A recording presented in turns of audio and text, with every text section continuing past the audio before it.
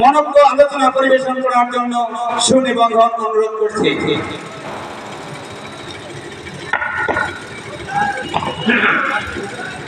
আসসালামু আলাইকুম ওয়া রাহমাতুল্লাহি ওয়া বারাকাতুহু। আপনারা কি মন খারাপ করছেন? আজকের এই মাহফিল হতে পেরে, আপনারা আসতে পেরে খুশি না বেজার? অল্প না বেশি? বেশি। অনেকে বেশি বলেন নাই, মনটা খারাপ করছেন বুঝি? এখন কি আপনাদের কোনো ভয়ের কোনো কারণ আছে যে পিছন থেকে কেউ তাড়া দিবে, মোবাইল করবে, তোমার থেকে একটা ভ্যানের গাড়ি আসবে, এমন কোনো কি আশঙ্কা আছে? তাহলে এরকম সমাজে এত সুন্দর পরিবেশে একটি মাহফিল উপহার দিতে পেরেছে, এতে আপনারা খুশি না বেজার? অল্প না বেশি? জোরে বলেন তো, অল্প না বেশি? লিল্লাহি তাকবীর। কথা হলো ভাই, এটা তো পানার হাটে যায়নি। হ্যাঁ, পাতলা মানুষ, পাতলা মানুষের বেশি জোর হয়। দেখা যাচ্ছে ইনশাআল্লাহ। লিল্লাহি তাকবীর। আমরা যারা প্যান্ডেলে আপনার তিরপালে বসছি তারা একদম চুপচাপ থাকবো, ঠিক আছে? যারা চেয়ারে বসছি এখানে কার শক্তিটা বেশি দেখি, চেয়ারওয়ালার না নিচেওয়ালা? ঠিক আছে না? আপনারা একদম চুপ করে থাকবেন, দেখলে চেয়ারওয়ালারা কিরকম তাকবীর দিতে পারে। লিল্লাহি তাকবীর। দেখি এবার আপনারা দিবেন কে ফার্স্ট হয়, ঠিক আছে? নারে তাকবীর। বিপুল ভোটে বিজয় লাভ করছে, আলহামদুলিল্লাহ। ইন্নাল হামদালিল্লাহ ওয়াস সালাতু ওয়াস সালামু আলা সাইয়্যিদিল মুস্তাফা সাল্লাল্লাহু আলাইহি ওয়াসাল্লাম। আউযু বিল্লাহি মিনাশ শাইতানির রাজীম। বিসমিল্লাহির রহমানির রহিম। লাকাদ কানা লাকুম ফি রাসূলিল্লাহি উসওয়াতুন হাসানাহ। আও কামা ক্বালা রাসূলুল্লাহ সাল্লাল্লাহু আলাইহি ওয়াসাল্লাম। বাল্লিগু আন্নী ওয়ালাউ আয়া। সাদাকাল্লাহুল আযীম ওয়া সাদাকার রাসূলুন নবিয়্যুল কারীম।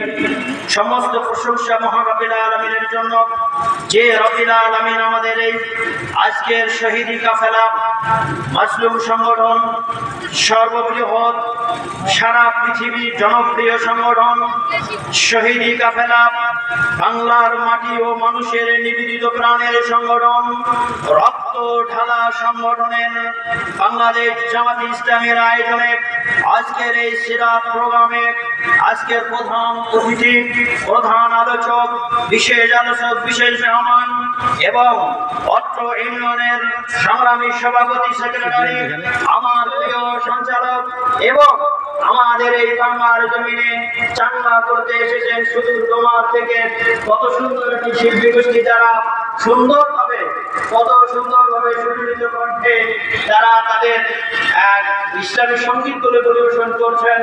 এই জন্য মহান রব্বুল আলামিনের দরবারে আরেকবার শুকরিয়া জ্ঞাপন করছি। আমরা সকলেই বলছি আলহামদুলিল্লাহ, বলে সরে বলছি আলহামদুলিল্লাহ।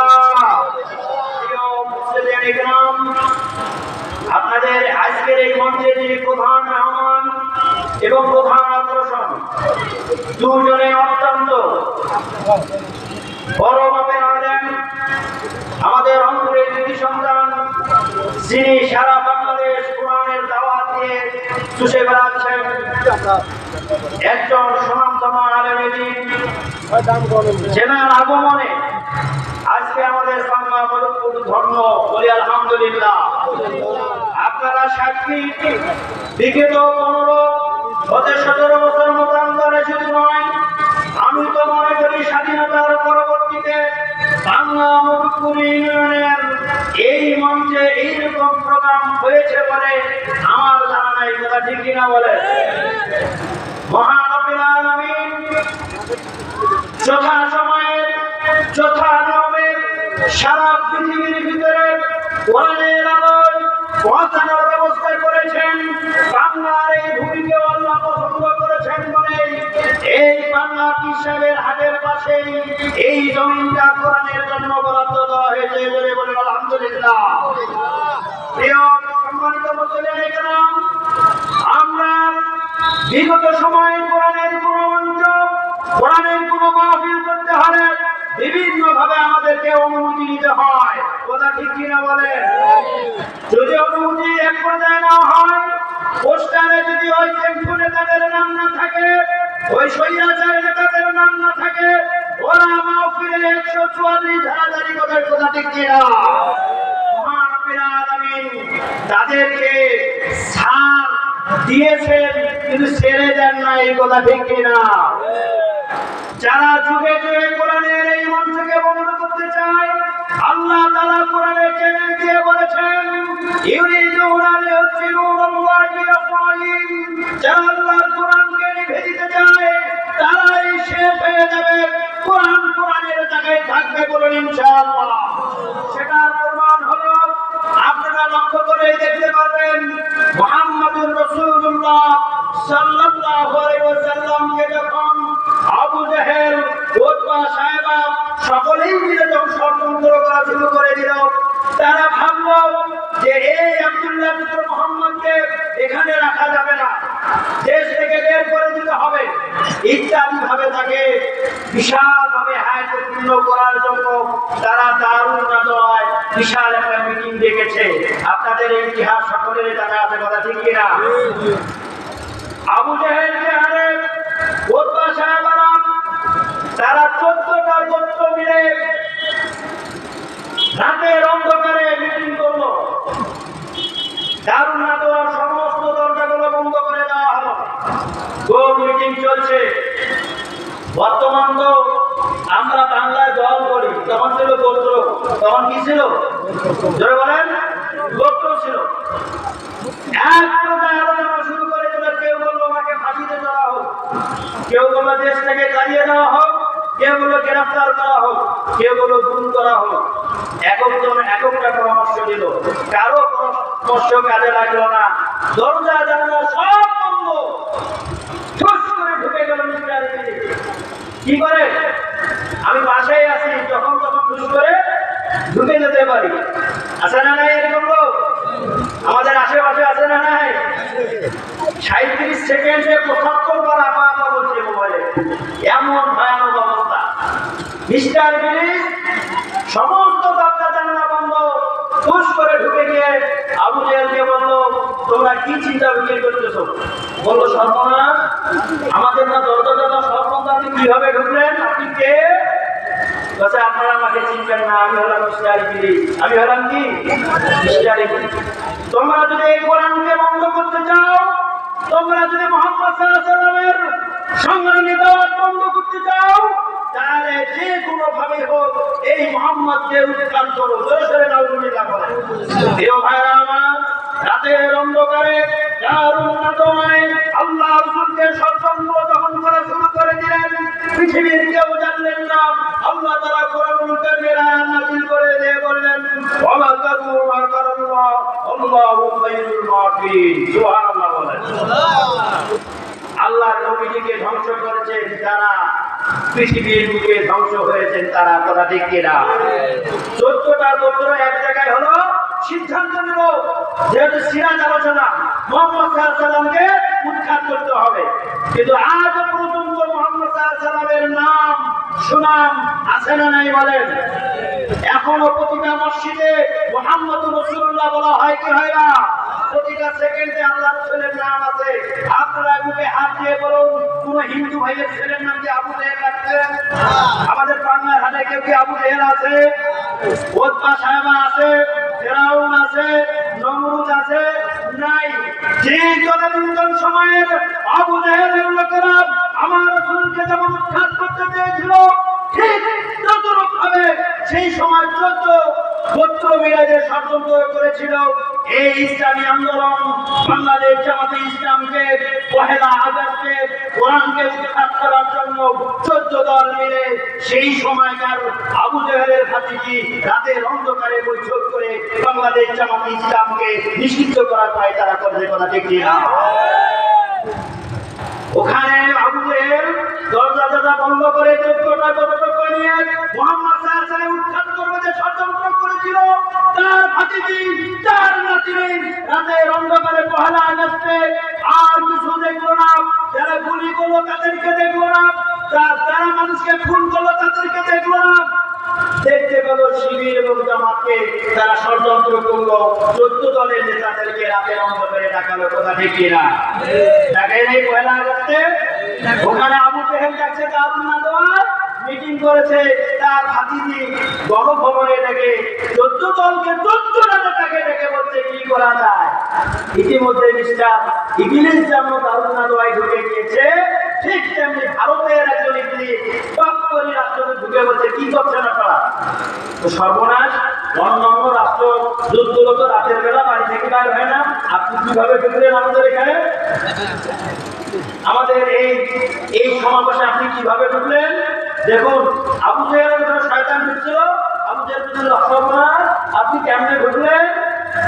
আর এই রাতের অন্ধকারে আবু জেহেলের ভাতিজি নাম বলতে হবে? হ্যাঁ, বলা দরকার নাই তো ইনশাআল্লাহ। চিনে ফেলাইছে?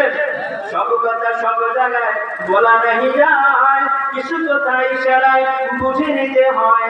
বলে সব কথা সব জায়গায় বলা नहीं যায়, কিছু কথা ইশারায়। পয়লা আগস্টে ষড়যন্ত্র করলো, ভারতের রাষ্ট্রদূত সেই ইংলিশের মধ্যে ঢুকে বলল তোরা কি করতেছিস? 1 নম্বরে জামাত শিবিরকে নিষিদ্ধ করেন, দেখবেন যে জনগণ অন্যদিকে মোড় দিবে, আপনার ক্ষমতা থেকে আমলে ধরবে। ওখানে আবু জেহেল মিস্টার ইবলিস বুদ্ধি দিল, এ দিল 14 দলের 14 নেতা এক জায়গায় বসে ষড়যন্ত্র করলো, মিটিং করলো। আগামীকাল থেকে আমরা প্রজ্ঞাপনকারী করতেছি জামাত শিবির বাংলাদেশে নিষিদ্ধ। ঠিক কিনা বলেন? আমি কি বানিয়ে বললাম? পৃথিবীর মানুষ সহ্য করলো, আকাশের মালিক আল্লাহ সহ্য করেন নাই। উনি আমাদেরকে বেতনও দিয়েছেন, বোনাসও দিয়েছেন। কথা ঠিক কিনা বলেন? আল্লাহ বলছেন তোমার ষড়যন্ত্র, আবু জেহেলের সময় শয়তান যেমন ষড়যন্ত্র করেছে, ও আবু জেহেলের ভাতিজি তোমারও ষড়যন্ত্র বাংলার জমিনে দেখবে না, দেখবে না, দেখবে না। কথা ঠিক কিনা? প্রিয় ভাইরা আমার, সরাসরি মাজলুম সংগঠন, যে সংগঠনের নেতা কর্মীরা রাতের অন্ধকারে তাহাজ্জুদের নামাজ পড়ে, যে সংগঠনের নেতা কর্মীরা নিজের মাথার ঘাম পায়ে ফেলে টাকা রোজগার করে যে সংগঠনকে চালায়, যে সংগঠনের নেতা কর্মীরা এই কোরআনের জন্য রাত 12টায় ফাঁসির মঞ্চে উঠে, যে সংগঠনের নেতা কর্মীরা নিজের সন্তানকে বলে আমি ফাঁসির মঞ্চে যাচ্ছি, কোন পায়জামাটা পরলে ভালো হবে। আল্লাহু আকবার বলেন। আবু জেহেলের ভাতিজি নিষিদ্ধ করলো জামাত এবং শিবির। ঠিক না? 48 ঘন্টা 4 ঘন্টা বাকি থাকতে আল্লাহ বলছে ইসলামী আন্দোলনকে, মাজলুম এই সংগঠনকে, এই কত সুন্দর মানুষের প্রিয় সংগঠনকে তুমি নিষিদ্ধ করতে চাও, আর সময় বেশি দেওয়া যায় না। যেই কালনাগিনী, যে স্বৈরাচার, যে আবু জেহেলের ভাতিজি আল্লামা সাইদির জানাজার নামাজ পড়তে দেয় নাই, আমার মতো ছোট্ট গোলামকে আল্লামা সাইদির গায়েবানা জানাজার নামাজ পড়ার কারণে মামলা দিয়েছে, হামলা করেছে। এই আল্লাহর গোলাম 6-6টা মামলার আসামি, বিনা কারণে বিনা বিচারে মিথ্যা মামলা দিয়েছে আল্লাহর এই ছোট্ট গোলামকে। দোষ আমার একটাও ছিল না, একটাই অপরাধ ছিল, কোরআনের পাখি আল্লামা সাইদির গায়েবানা জানাজার নামাজ কেন পড়িয়েছি। অনেকে ইন্না লিল্লাহ পড়তে চেয়েছে, ইন্না লিল্লাহ পড়তে দেওয়া হয় নাই, আল্লাহ সহ্য করে নাই। আল্লাহ বলছে তুমি আল্লামা সাইদির জানাজার নামাজ পড়তে দাও নাই, ইন্না লিল্লাহ পড়তে দাও নাই, ঢাকা শহরে জানাজার নামাজ পড়তে দাও নাই। আমি আল্লাহ চ্যালেঞ্জ দিয়ে বললাম বাংলার জমিনে তোমার আর কোনো ঠাই নাই, চাহিদা নাই। 4 ঘন্টা বাকি। কয় ঘন্টা বাকি? 4 ঘন্টা। উনি হুকুম দিয়ে দিলে বেলাস ফায়ার করো, হেলিকপ্টার কি গুলি করো, আবু সাইদ করো, মুগ্ধ করো, কোনো চিন্তার কারণ নাই। আমার গতিটা লাগবে। আবু জেহেল বলেছিল, নমরুদ বলেছিল, ফেরাউন বলেছিল, উৎপাশায়েরা সকলে একই গতিতে চলেছে। তার নাতি-নাতিরা, তার পুত্রীরা ঠিকই আছে। ওই দশা থাকার কারণে আল্লামা সাইদির জানাজার নামাজ পড়ে যাওয়ার না কারণে তার 1 মিনিট দেরি ঢাকা শহরে 1 মিনিট সময় দেওয়ার না কারণে আল্লাহ তাআলা তার গণভবনে 45 মিনিট থাকার সুযোগ করে দেয় নাই। কথা ঠিক কি না? তিনি চলে গেলেন। আবু জেহেল যেভাবে ডিসিশন নিয়েছিল তার ভাতিজি ঠিক একইভাবে ডিসিশন নিয়েছিল। কোরআন ঠিকই আছে, আল্লামা সাঈদীর কোরআনের পাখিরা ঠিকই আছে, আপনারা কোরআনের ভক্তরা ঠিকই আছে, শৈলাচার আবুলের ভাতিজি বাংলার জমিনে নাই, কথা ঠিক কি না? আর আমার পরিশেষে মানুষ শুকরিয়া জ্ঞাপন করছে। কি শুকরিয়া? বলছে আল্লাহ তোমার দরবারে হাজার শুকরিয়া, হাসিনা পালাইছে দেশটা ছাড়িয়া, খুনি হাসিনা পালাইছে দেশটা ছাড়িয়া, ইসলাম আর গণতন্ত্র আসলো ফিরিয়া, কথা ঠিক কিনা? কোথায় আওয়ামী লীগ, কোথায় কাউয়া কাদের, ঠিক না? কোথায় গেল তাদের গরম গরম কথা, আছে না নাই? কোথায় স্বৈরাচার, কোথায় আওয়ামী লীগ, কোথায় স্বৈরাচার, আছে না নাই? গানে এরকম একটা, আর আমার মুখস্থ না থাকার গানে বলতে পারলাম না। কাউয়া কাদের একজন ছিল না? কোথায় আওয়ামী লীগ, কোথায় কাদের কাকা, কোথায় গেল সেই জালিমের গরম গরম কথা, ঠিক না? খেলা হবে, খেলা হবে, খেলা হবে, খেলা হবে বলে কাকা গেল পালাইয়া। আল্লাহ তোমার দরবারে বলেন হাজার শুকরিয়া, বলেন আল্লাহ তোমার দরবারে হাসিনা পালাইছে দেশটা ছাড়িয়া, আল্লাহ তোমার দরবারে লিল্লাহে তাকবীর। আর আমার এই জন্য এই স্বৈরাচারের ভীষণ মিশন ছিল কি জানেন? বাপ মারা প্রতিশোধ। আমার বাপ যেহেতু মারা গিয়েছে, জনগণকে মেরে আমি যেভাবে পালাবো, নইলে এতগুলো মানুষ গেছে, এতগুলো আলেমকে, বিশেষ করে আল্লামা সাঈদীকে মারি করতে পারে না, কথা ঠিক কিনা? তুমি এক সাঈদীকে মেরেছো, হাজার হাজার সাঈদী ঘরে ঘরে জন্ম নিয়েছে, লিল্লাহে তাকবীর, কথা ঠিক কিনা বলেন? আল্লামা সাঈদী বলছে একদিন সত্যের জয় হবে, তোমরা পালাইতে দিশা পাবে না, তোমরা মামুর বাড়িতে পালাই থাকবা। মামুর বাড়িতে আছে না নাই? বলেন আছে না নাই? ওই যে মালিকটা, মালিক বিচারপতি, সরো তার বাসার মালিক কোলার পাতায় জঙ্গলের ভিতরে শুয়েছিল, কথা ঠিক কিনা? আল্লামা সাঈদী বলছেন তুমি ইন্দুরের গর্ত খুঁজে পাবে না, বলে নাই? তারা জঙ্গলের ভিতরে বসার কাপড়ে দিন কাটাতে এখন জেলখানায়। আমি অনেক মাহফিলে বলেছিলাম আজ হোক কাল হোক বাংলার জমিনে কোরআনের রাজ কায়েম হবে। আগামী দিন হলো কোরআনের, আগামী দিন হলো আলেম ওলামা, আগামী দিন হলো আল্লামা সাঈদীর উত্তরসূরিদের, কথা কি না? আপনারা একমত আছেন তো ইনশাআল্লাহ? আমি যদি একটা স্লোগান দেই, আমার সাথে স্লোগান ধরবেন তো ইনশাআল্লাহ? আমি বলবো পাটনা মটকপুরবাসী, আপনারা বলবেন জামাত শিবিরকে ভালোবাসি। আপনার আশেপাশে দেখবেন যে বলবে না, ভাববেন খালা চলে গেছে ভাগিনা কাকে দিচ্ছি, দেখি না? পারবেন না? যত শক্তি দিয়া বলবেন, এলাকায় যত শয়তান আছে 300 কিলোমিটার পেশাব করতে করতে পারবে, কথা ঠিক কিনা? আমরাই আছি, আমরাই থাকবো, স্বৈরাচার থাকবে না, আমরাই রসুলের সৈনিক, আমরাই নামাজ পড়ি দৈনিক, কথা ঠিক কিনা? পারবো না ইনশাআল্লাহ? আমরা সবাই পান্না মটকপুরবাসী,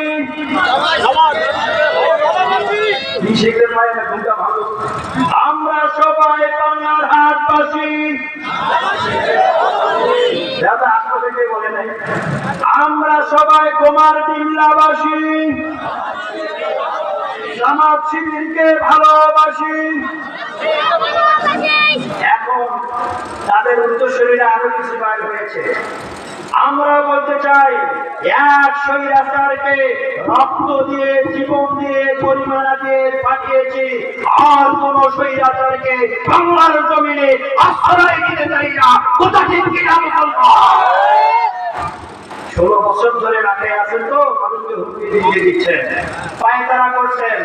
আপনারা জানেন না আল্লামা সাঈদী, আল্লামা সাঈদী হিন্দু কমিউনিটির কারণে, কথা ঠিক কিনা? ওনাকে প্রশ্ন করা হয়েছিল, সাঈদী সাহেব আপনি পূজা মণ্ডপের ফিতা কাটলেন কেন? আপনি না এমপি, মুসলমানের আলেম। উনি বললেন খবরদার এই কথা বলবেন না, আমি আমার হিন্দুর ভোটেও এমপি হয়েছি। যতক্ষণ পর্যন্ত হিন্দুরা আমাকে ভোট দেয় নাই, ততক্ষণ পর্যন্ত তারা সকালের নাস্তা খায় নাই। সুবহানাল্লাহ বললেন না? তোমরা জানো না আমি জামাত ইসলামের এমপি শুধু নই, আমি হিন্দু ভাইদেরও এমপি। এরা এখন জুজুর ভয় দেখাচ্ছে জামাত ইসলামকে ক্ষমতা দিও না, এরা হিন্দুদের রাখবে না। আরে মেয়ে তুমি জানো না বর্তমান প্রেক্ষাপটের মানবতার ফেরিওয়ালা ডক্টর শফিকুর রহমান হিন্দু ভাইদের বাড়ি বাড়ি গিয়ে কোলায় গলায় ধরে তাদেরকে সান্ত্বনা দিচ্ছেন আর বলছেন হিন্দু মুসলিম ভাই ভাই, আমাদের অমুসলিম সংখ্যাগুরু বলতে কিছু নাই, আমরা হলাম ভাই ভাই। কথা ঠিক কিনা? আল্লাহ যদি সূর্যতে পানি, এখন যদি বৃষ্টি হয় হিন্দুর বাড়িতে পানি হবে, মুসলমানের বাড়িতে পানি, এমনটা কি? হিন্দুর বাড়িতে যতটুকু হয় মুসলমানের বাড়িতে ততটুকু, ঠিক কিনা? হিন্দুর বাড়িতে যতটুকু বৃষ্টি হয় মুসলমানের বাড়িতে ততটুকু বৃষ্টি হয়। কথা ঠিক কিনা? হিন্দুর যেমন রক্ত আমাদেরও রক্ত একই, শুধু ওরা মূর্তি পূজা করে, আমরা আল্লাহর পূজা করি। কথা ঠিক কিনা? অতএব আপনার ব্যবহারে কোনো একটি ইমান আনবে আলহামদুলিল্লাহ বলেন। আমি বলতে চাই এই মাতৃভূমি বাংলাদেশে হিন্দু মুসলমান এক কাতারে একই সাথে আমরা থাকতে চাই। কোনো লোকজনরা গুজবে কান দেবেন না।